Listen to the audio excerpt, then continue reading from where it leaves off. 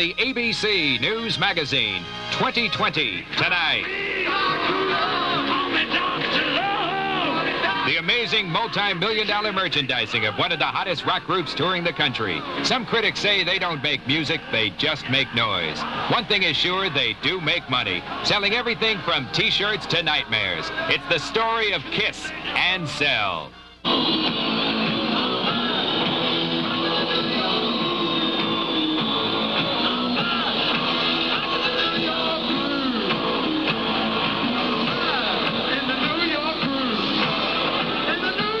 This is the rock group called Kiss, and this is one of their bizarre performances. A performance that has created a market for related products that brings in over $100 million a year in sales.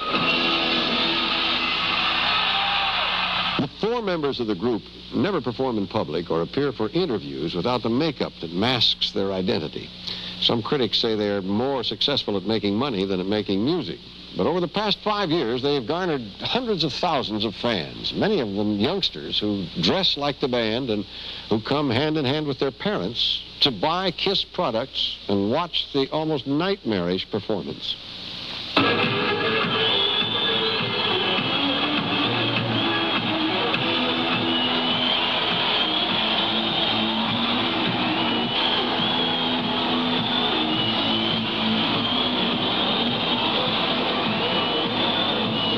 Something special coming from us.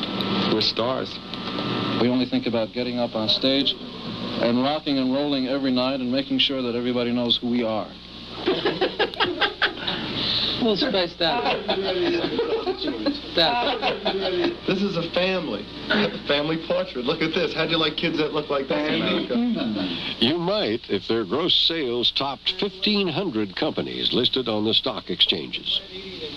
Since this has turned into big business, we can't make, arbitrary decisions without talking to people who really have the facts. So we sit down with people with suits and ties who are hired by us to look after us. In 1978, retail sales involving Kiss were approximately $117 million. The $117 million represents retail record sales of approximately $60 million, Kiss merchandising sales of about $40 million, and the balance in songwriting royalties, franchising, merchandising, and other income of that sort.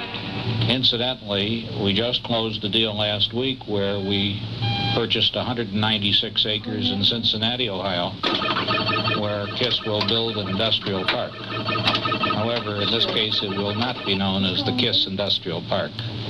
We try and get around $1 a head based on the attendance. If we're going to a hall that seats 12,000 people, we generally try and bring about $12,000 worth of merchandise into the hall. Best-selling items are definitely T-shirts and programs.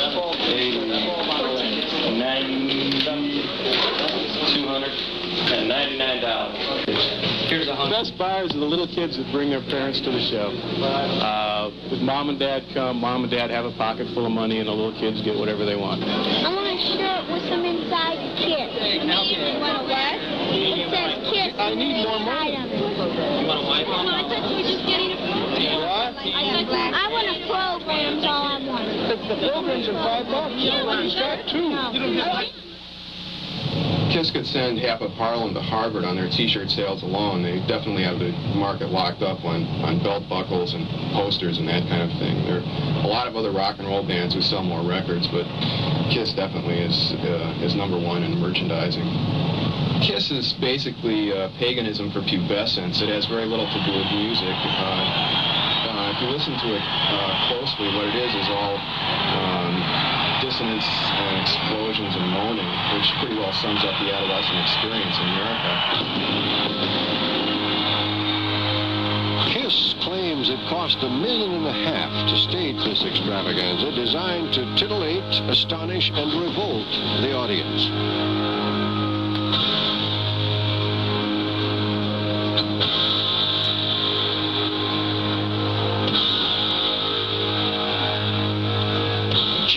Spits blood and fire. Ace's guitar bursts into flames. And Paul wiggles relatives and friends. It's the 4th of July and Halloween wrapped into one. A circus, but without elephants.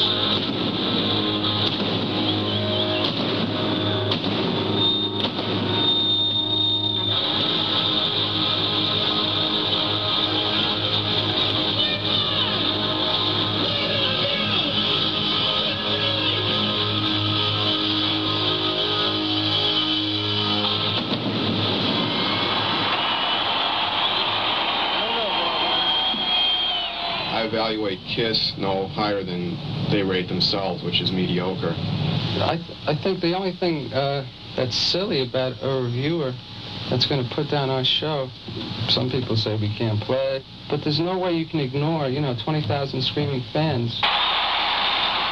KISS manager Bill O'Coin, who owns the merchandising operation, put $250,000 into the group 5 years ago, but his initial investment, like their music, has been amplified many times over. KISS's decibel level is higher than that of the controversial Concorde. KISS can go on for as long as they want to, in my opinion. It's rough for them, maybe rougher than other groups, only because they have to contend with a complete stage show every single night. They have to contend with the makeup every day. They have to contend with a more grueling show. Maybe we should get it tattooed to our faces so it never comes off. You see 50-year-old guy in a suit and tie. Yeah, I was sitting there. Actually, what I do to protect myself is to dress up like Doris Day.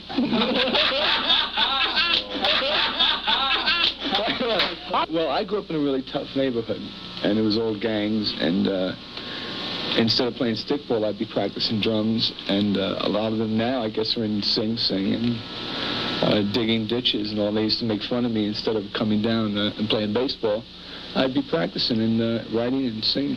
Well, I grew up in the Bronx in a middle-class family, and I went through that whole trip of hanging out in the corner candy store, going to the park and drinking beer with the guys and gang fights and all that stuff.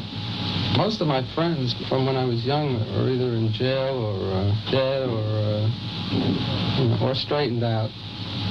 Rock and roll actually saved my life. I never wanted to be a cab driver. I never wanted to be an accountant. I wanted to be a rock star. I wanted to be beautiful, long hair, eternally young. That's me. When I'm on stage, I feel invincible. I feel beautiful. I feel needed by masses, and I'm proud of myself. I think when you perform and you're not turned on by what you're doing, it's time to quit. I'm my best audience, because when I do something that I find really pleasing, I'll laugh or I'll pat myself on the back, because I think when I'm good, there's nobody better. We've always contended that we were going to be the biggest thing that ever was on this planet. It's one great thing about making it. You could take care of your family, which you should, and I could do that now. So that's great about success. Kind of personal, but it's true. When I graduated college, I had gone into teaching because initially I thought I wanted to convey knowledge, but I really didn't. It was purely ego infatuation. I thought if I got in front of people that I'd have a captive audience, and that's really the wrong reason to be a teacher. So I quickly got out of that. I taught for about 6 months in a public school system in Spanish Harlem, and I soon realized that I didn't want to teach. I simply wanted to be on stage, and I wanted people to look at me and listen to every single utterance that comes out of my precious mouth. They call me Dr. Love. I got the peculiar thing to love. Yeah. They call me Dr. Love. I got the peculiar thing to love. I'm not the doctor. I'm in love.